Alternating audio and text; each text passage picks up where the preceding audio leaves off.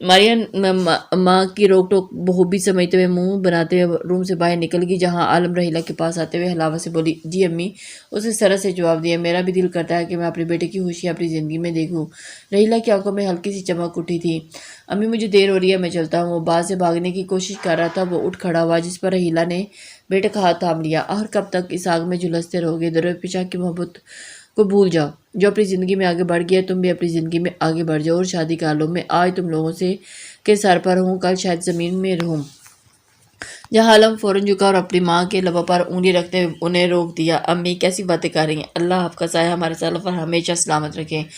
پھر میری جھولی میں یہ خوشیاں ڈال دو، شادی کر لو، آگے بڑھ جاؤ۔ میں بھی اپنی زندگی میں اپنے پوتوں اور پوتیوں کو اپنے آنگن میں کھیلنا دیکھنا چاہتی ہوں۔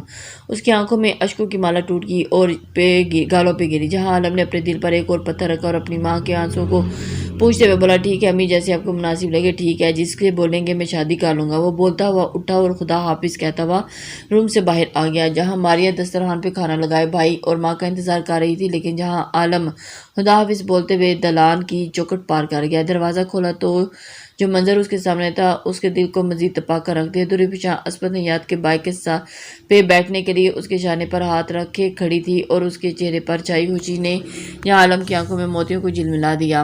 وہ ایک ٹک اس کی جانب دیکھی جا رہا تھا۔ شام کے سایہ بھی ہلکے ہلکے آسمان پر پھیل رہے تھے۔ پھر بائک سٹارٹ ہوئی، دوری پیشہ اپنے ساتھی کے ہمراہ، جہاں عالم کی دل کی زمین کو چلنی کرتے ہوئے وہاں سے چلے گی، یہ جانے یہ دیکھے بنا کہ اس کا عاشق عین اس کے پیچھے کھڑا اپنے دل کی سرزمین کو لہو لہان ہوتا دیکھ رہا ہے۔ اس نے ایک لمبی سانس خارج کی، جسے گھٹن سے دل بند ہونے والا تھا۔ پھر اس نے اپنے گالوں پہ اشکوں کی برسات بھگوئے، اپنے بائک کو سیدھا کیا اور سٹارٹ کرتے ہوئے وہاں سے چلا گیا، اس عزم کے ساتھ کیا وہ کبھی دوبارہ درپشہ کا خیال اپنے دل میں نہیں لائے گا۔ کبھی کسی کی امانت میں خیانت کرنا اس کی تربیت کے خلاف تھا۔ خیانت تو اس کے خون میں شامل ہی نہیں تھی اور اس کے خاندان کے رسم و جواب میں خیانت کی کوئی جگہ نہیں تھی۔ کتنا مشکل ہوتا ہے اپنے محبوب کو کسی اور کے سنگ دیکھنا۔ ایک بار تو عاشق کی جان ہی نکل جاتی ہے، اور جان ہی تو نکل گئی تھی۔ جہان عالم کی آج میرے اشکوں گواہ ہیں اس بات کے کہ تجھے چاہنا میرے اختیار میں نہیں۔ ایک خوشگوار چمکتی صبح نے سب کی آنکھوں کو چندھیا دیا۔ سورج پوری آب و تاب کے ساتھ آسمان کی پیشانی پر چمک رہا تھا۔ بہت دنوں بعد دھند کے بادل چھٹے تھے اور سورج کی میٹھی میٹھی کرنوں کے سب کے لیے مسرت کا باعث بن رہی تھی۔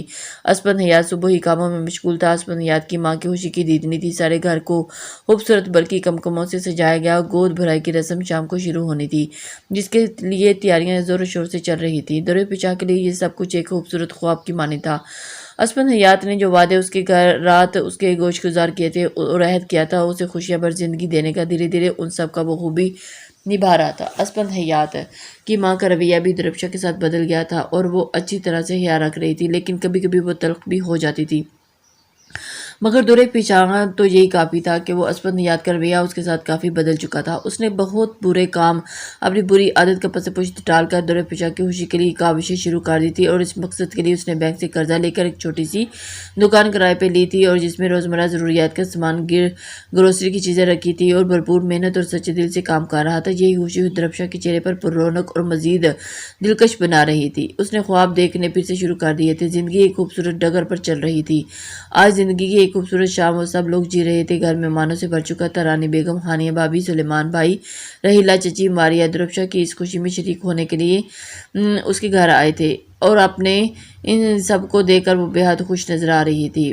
پرپل شفون کا سٹائلش سوٹ پہنے میک اپ کے ساتھ وہ بے حد حسین لگ رہی تھی۔ رانی بیگم بیٹی کے چہرے پر چھائی اس خوشی کو دیکھ کر خدا کا لاکھ لاکھ شکر ادا کر رہی تھی۔ پھر عصمت حیات کی ماں نے درپشہ کی گود بھرائی کی رسم شروع کروائی۔ 7 مختلف میوجات اور پھل درپشہ کی گود پھلا میں ڈالے اور ڈھیروں دعائیں دیں، گفٹس۔ پھر باری باری سہاگن آتی گئی اور رسم پوری کر دی گئی۔ سب بے حد خوش تھے۔ رانی بیگم نے ہانیہ کی طرف اشارہ کیا تھا کہ وہ بھی گود بھرائی کی رسم کرے، لہٰذا ہانیہ آگے بڑھی اور اپنے ہاتھوں میں پھل پکڑے اور درپشہ کی گود میں رکھنے ہی والی تھی کہ عصمت کی ماں نے صوفے پر اٹھی اور ہانیہ کے قریب گئی، درشت انداز میں اس کا ہاتھ پکڑا اور کرخت نظریں اس کے وجود پر ڈالتے ہوئے تلخ انداز میں سے روکتے ہوئے بولی، ہانیہ تم سہاگن ضرور ہو، مگر تم یہ مت بھولو کہ تم ایک بانجھ عورت ہو۔ میں کسی بھی بانجھ عورت کا سایہ ہرگز درپشہ پر نہیں پڑنے دوں گی۔ عصمت کی ماں کے تلخ جملے محفل میں موجود سب لوگوں کو حیران کر گیا۔ ہانیہ کا تو دل جیسے کٹ کے دو ٹکڑے ہو گیا۔ جس دکھ کو وہ اپنے اندر سموئے ہنسی خوشی زندگی گزارنے کی ایکٹنگ کر رہی تھی، آج یوں سرے محفل میں اس کا چرچا کر دیا گیا تھا اور بولنے والے ایک نیا موضوع بھی مل گیا تھا۔ ہانیہ کا وجود اس قدر چھلنی ہوا، بنا کچھ بولے آنکھوں میں آنسو کی مالا سجائے خاموشی سے وہاں سے چلی گئی۔ رانی بیگم کو اپنی بہو کی یہ تذلیل آج پہلی بار بہت بری لگی۔ وہ لاگ اس کے خلاف تھی، لیکن یہ بات اب بھی بہو بھی جانتی تھی کہ ہانیہ نے ہمیشہ ان کے گھر کا، خاص طور پر درفشاں کا ہمیشہ اچھا ہی چاہا۔ وہ سب لوگوں کا بہت زیادہ خیال رکھتی تھی۔ دکھ اپنی جگہ، لیکن وہ بیٹی کے سسرال بیٹھی تھی، حقیقت سے انکار نہیں کیا جا سکتا تھا۔ سلیمان کی شادی کو 6 سال ہونے والے تھے اور ابھی تک اولاد کی خوشی سے محروم رہنے کے باوجود انہوں نے کبھی ہانیہ کو اس بات کا طعنہ نہیں مارا تھا۔ لیکن آج یوں سر عام بڑی محفل میں ان کی بہو کو بانجھ بلایا گیا۔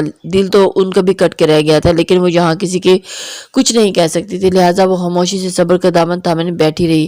درفشا کو بھی ہانیہ بھابی کو اس کے گھر میں بینچ کر رسم نہ پوری کرنے کا دینا عجیب لگا تھا۔ ہانیہ بھابی کے آنسو کہاں اس سے چھپ سکتے تھے، اس کا یوں دکھی ہونا اسے بے چین کر گیا تھا۔ عصمت کی ماں نے نخوبت سے ہانیہ کو درفشا کے پاس سے بھی دور کر دیا اور بنا کچھ بولے دور جا کر بیٹھ گئی تھی۔ ہر کوئی چپتی نظروں کے ساتھ بس ہانیہ کی طرف دیکھے جا رہا تھا۔ درفشا کا دل چاہا کہ جلدی سے رسم ختم ہوا، ہانیہ بھابی کے پاس خود جا کر ان سے معذرت کرے اور عصمت کی ماں اس کے رویے کی معافی مانگے، لیکن رانی بیگم تو رسم ختم ہونے سے پہلے ہی گھر واپس آ گئی تھی۔ دروازہ کھول کر سب گھر میں داخل ہوئے۔ ہانیہ اپنے آنسوؤں پہ ضبط کا بندھن باندھے اپنے کمرے کی جانے لگی کہ رانی بیگم نے اس کا ہاتھ پکڑا اور ممتا سے بھرپور بازوں میں سمو لیا۔ ہانیہ کی سمجھ میں کچھ نہیں آ رہا تھا کیونکہ ایسا پہلی بار جو ہوا تھا۔ ساس سے ماں تک کا سفر طے کرنے میں رانی بیگم کو 6 سال لگے۔ ہانیہ کی آنکھوں میں نمی اتر آئی، ہچکے اور سسکیوں کی ڈور تھامے اب بہنے لگی تھی۔ پھر رانی بیگم نے اسے تسلی دی اور اس کے آنسو اپنی انگلیوں کی پوروں کی مدد سے جذب کرتے ہوئے بولی، ہانیہ مت رو میری بچی، خدا کے گھر دیر ضرور ہے مگر اندھیر نہیں۔ رانی بیگم نے اس کی پشت پر اپنا ہاتھ پھیرتے ہوئے اس کی تکلیف کو سمجھا اور اسے حوصلہ دینے کی کوشش کی۔ ہانیہ تو اپنی ساس کی اس اقدام پر دم بخود رہ گئی، اسے کچھ بھی سمجھ نہیں آ رہا تھا۔ درفشا کی ساس کی بات ہرگز دل پر نہ لگانا۔ انہوں نے پیار سے اسے تاکید کی اور پلکیں اٹھا کر اس پتھر بنی مورت کو دیکھا۔ آؤ اپنے خدا پر بھروسہ رکھو، وہ ضرور تمہیں اس خوشی سے نوازے گا۔ رانی بیگم کی ممتا بھری تبکی اور محبت بھرے جملے ہانیہ کو حیرت میں مبتلا کر رہے تھے۔ وہ بری نہیں تھی، اچھی بھی نہیں تھی۔ اس کے زخموں پر نمک چھڑکنے کے بجائے مرہم لگائیں۔ وہ ان کے پاس رویے کی ایک دم شاخ سی تھی۔ وہ کب ہوا رانی بیگم اس کی ذات پہ رحم آ جائے، اور ایسا تو اس کے نصیب میں لکھا ہی نہیں تھا۔ اسے رانی بیگم سے اس قدر نرم رویے کی ہرگز توقع نہیں تھی۔ وہ یہ ساری راستے سوچ رہی تھی کہ اماں گھر جاتے اسے جلی کٹی سنائیں گی، لیکن وہ تو اس کے برعکس اسے حوصلہ دے رہی تھی۔ ہانیہ تعجب سے رانی بیگم کی جانب دیکھ رہی تھی۔ ہانیہ حیران مت ہو ہانیہ، رانی بیگم نے ہانیہ کے گالوں پر بکھرتے موتیوں کو صاف کیا۔ ہانیہ ابھی بھی حیرت میں مبتلا تھی۔ مجھے تو خدا کا شکر ادا کرنا چاہیے کہ اس نے تمہاری صورت میں اتنی اچھی بیٹی سے مجھے نوازا ہے۔ انہوں نے اس کے ماتھے پر بوسہ دیا تو اس کی آنکھیں چھلک پڑی اور اسے یوں محسوس ہو رہا تھا جیسے وہ کوئی خواب دیکھ رہی ہو۔ ایسے ہنسی خواب ٹوٹ جانے کا خوف اس کے دل میں طوفان کی طرح امڑ رہا تھا اور خوف سے آنکھیں بند بھی نہیں کر سکتی تھی۔ میرے ناروا سلوک اور بدترویے کو بھلا کر ہمیشہ اس کے گھر کی بیٹی ہونے کا ثبوت دیا اور ہماری عزت کا خیال رکھا۔ رانی بیگم اپنے ناروا سلوک کا اعتراف کر رہی تھی اور اپنے اس رویے پر نادم تھی جس کی بنا پر وہ ہمیشہ ہانیہ کا دل دکھاتی تھی۔ تم ہمیشہ میری ہر ضرورت کا خیال رکھا اور مجھے کبھی بھی کوئی دکھ نہیں ہونے دیا، مگر سب کے باوجود میں تمہارے ساتھ کیا کیا۔ وہ خجل ہو رہی تھی۔ اپنے گناہوں کو تسلیم کر کے سامنے سے اس کی تلافی کرنے کے لیے معافی مانگنا بلا شبہ بڑے جگر کی بات ہے، ورنہ تو 99% لوگ اپنی غلطی تسلیم کرنے کے بعد ہی گمبھیر ضمیر میں ہی دفنا دینا پسند کرتے ہیں۔ یہ حوصلہ اپنے جگر رانی بیگم کے پاس کہاں سے آیا؟ میں نے ہمیشہ تمہیں دکھ پہنچایا ہے، اپنی کڑوی کسیلی باتوں سے تمہیں اذیت دی ہے۔ ہانیہ بیٹی مجھے معاف کر دو۔ انہوں نے اس کے آگے ہاتھ جوڑے اور ہاتھ جوڑ کر سر جھکائے، اس سے معافی مانگ رہی تھی اور یہ سب ہانیہ نے دیکھا نہ گیا۔ وہ جھٹ سے بول پڑی، رانی بیگم کے ہاتھوں کو تھام لیا۔ اماں آپ کیسی باتیں کر رہی ہیں؟ مسرت سے بولی، اپنا دکھ تو شاید وہ اسی لمحے ہی بھول گئی تھی۔ میں نے ہمیشہ آپ کو اپنی ماں ہی سمجھا ہے اور میرا ماننا ہے کہ ماں جو بھی کہتی ہے اس کا اولاد اس کا بھلا ہی ہوتا ہے۔ ہانیہ روتے ہوئے مسکرا رہی تھی۔ رانی بیگم نے اس کی بات سنتے ہی فوراً اسے گلے سے لگا لیا۔ سلیمان جو کافی دیر سے ان دونوں ساس بہو کا یہ جذباتی سین خاموشی سے دیکھ رہا تھا، وہ خاموشی توڑ کر آگے بڑھا اور بولا، آج کیا سارا پیار بہو کو ہی دے دیں گی یا اپنی اس معصوم بیٹے کو بھی کچھ دیں گی؟ سلیمان اس انداز پر رانی بیگم دھیرے سے مسکرانے لگی، پھر انہوں نے بازوؤں کے حصار میں سلیمان کو بھی جکڑ لیا۔ ہانیہ سلیمان کی بات سن کر ہولے سے مسکرا دی اور بے حد خوش تھے۔ ہانیہ نے اپنی محبت اور صبر سے رانی بیگم کا دل جیت لیا تھا اور اس لیے تو رانی بیگم آج اسے بہو سے بیٹی کے درجے پر بٹھا دیا تھا۔ اور ایسے کیسے ممکن ہو سکتا ہے کہ اسپند حیات کے ماں کے تو ہوش بحال نہیں تھے اور اسے کچھ سمجھ نہیں آ رہا تھا۔ میں مانتی ہوں کہ بیٹے اور اولاد کی چاہ ہر ماں کو ہوتی ہے، لیکن یہ بات کیسے تسلیم کر لوں کہ میرا اسپند مجھ سے زیادہ اہمیت کسی اور کو دے۔ نہ معلوم حسد کی کون سی بھٹی میں بہت کو جلا رہی تھی۔ آج کیسے وہ درفشاں کے پیروں میں نیچے بیٹھا ہوا تھا جسے وہ دنیا کی انوکھی عورت جو ماں بننے جا رہی ہے۔ وہ اکیلے رات کے اس پیر سوچوں کے جالوں میں خود کو بن رہی تھی اور ایک بچہ پیدا کر کے میرے سر پر سوار ہو جائے گی۔ اس کی چال باز دماغ میں ایک ہی بات سوچی اور پھر اس دماغ کو اندر ہی انسان چاہے بے قدری کی سولے پر ہی کیوں نہ بنا ہو اپنی جان کی بازی ہار بیٹھے، وہ دنیا کی کسی نظر میں نہیں آتا۔ اس بلا سے اور اس کے پیٹ میں پلنے والے بچے سے مجھے اسپند حیات کو جان چھڑوانی ہوگی۔ انہوں نے اپنی سوچوں کو تیز کیا اور ایک حتمی فیصلہ لے لیا اور ان کی چال باز آنکھیں چالوں کے آنچ تلے خوب چمک رہی تھی۔ وہ دھیمے سے مسکرائیں، اب دیکھنا درفشاں، تمہارا قصہ میں کیسے تمام کرتی ہوں۔ اسپند حیات کے منہ سے 3 بول نہ بلوا دیے تو مجھے نہ اسپند کی ماں نہ کہنا۔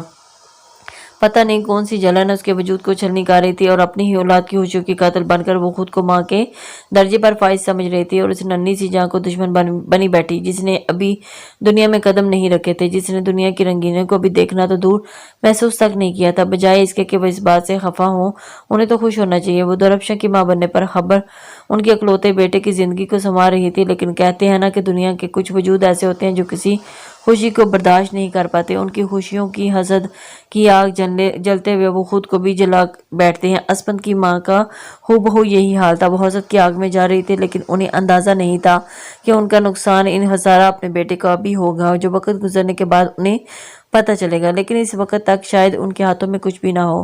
زندگی کا قانون سب قانونوں سے الگ ہوتا ہے، کیونکہ اس قانون کو بنا دیکھے چلانے کی طاقت کسی انسان کے ہاتھ میں نہیں ہوتی، بلکہ وہ تو قدرت کے اختیار میں ہے۔ وہ جیسے چاہے جو چاہے اس پر قادر ہے اور قدرت کا قانون کسی بھی بچے کسی معصوم کے ساتھ زیادتی نہیں ہونے دیتا، لیکن انسان اس حقیقت کو پس پشت ڈال کر اپنے اختیارات کا ناجائز فائدہ اٹھاتا ہے اور ایک دوسرے کو ایذا پہنچانے کا کوئی موقع ہاتھ سے نہیں جانے دیتا۔ زندگی کا حاصل بس یہی سما ہے، کچھ درد ہے سنگ کچھ خوشیاں ہیں، 2-4 درد بانٹنے کا بس ارمان ہے، تیرے سنگ چلنے کا بس گمان ہے۔ عورت صنف نازک کی مانند کائنات کا سب سے انمول تحفہ ہے، قدرت کا سب سے حسین شاہکار۔ یہ صنف نازک جب مسکراتی ہے تو کائنات کی ہر شے خوبصورت ہو جاتی ہے۔ زندگی کا تانا بانا عورت کی سلیقہ مندی سے ایسے سنوارتی ہے جیسے زندگی ہنسی ہو جاتی ہے، اور جب یہی عورت درد سے بلبلاتی ہے تو ایک نئے وجود میں روح پھونک جاتی ہے۔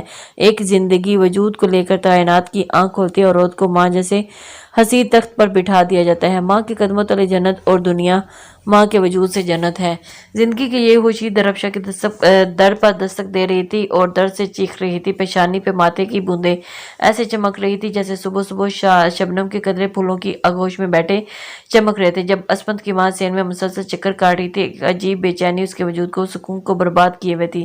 یوں لگ رہا تھا مشکل وقت درفشاں پہ نہیں بلکہ اسپند کی ماں پہ تلوار کی طرح منڈلا رہا ہے، جبکہ دوسری جانب اسپند حیات چارپائی پہ بیٹھا دل ہی دل میں دعا کر رہا تھا کہ اللہ سب خیر رکھے۔ درفشاں حوصلہ رکھنا، بس میرا مالک ہمیں ایک صحت مند اولاد ضرور نوازے گا۔ دل ہی دل میں اپنے خالق اور مالک سے تکلم کرتے ہوئے بے چین تھا۔ یہ پل کیسا عجیب ہوتا ہے، ایک عورت ماں بننے کی آ کر منزل پہ کھڑی درد کی شدت کو سہ کر ایک معصوم جان کو پیدا کرتی ہے اور اپنے کوکھ کو بھرا کر دیتی ہے، جبکہ دوسری جانب مرد ماں کے مرتبے پر فائز ہوتے ہیں، ایک پرکشش احساس میں مبتلا ہوتا ہے اور اس کے دل کی دھڑکن بہت تیز تھی۔ نظریں فرش کو مرکوز کیے اس کی کیفیت الگ ہی تھی۔ ننھے سے بچے کی رونے کی آواز ذہن میں آئی تو اسپند کی ماں خوشی سے جھوم اٹھی اور فوراً اسپند حیات کا ماتھا چوما۔ وہ بھی بچے کے رونے کی آواز سے سن کر نہال ہو کر ماں کے گلے لگ گیا۔ شکر الحمدللہ، مگر کون جانتا تھا کہ خود غرضی کا زہریلا ناگ ایک بار پھر درفشاں کی زندگی کو برباد کر دے گا۔ ننھی ننھی کلکاریوں کی گونج دھیرے دھیرے مدھم ہو گئیں اور پھر مدھم ہوتے ہوتے ختم ہو گئیں۔ خالہ رضیہ اور ان کے ہمراہ 2 خواتین اپنے بیٹوں کو سیدھا کرتی ہوئی کمرے کے دروازہ کھول کر باہر آئیں اور رضیہ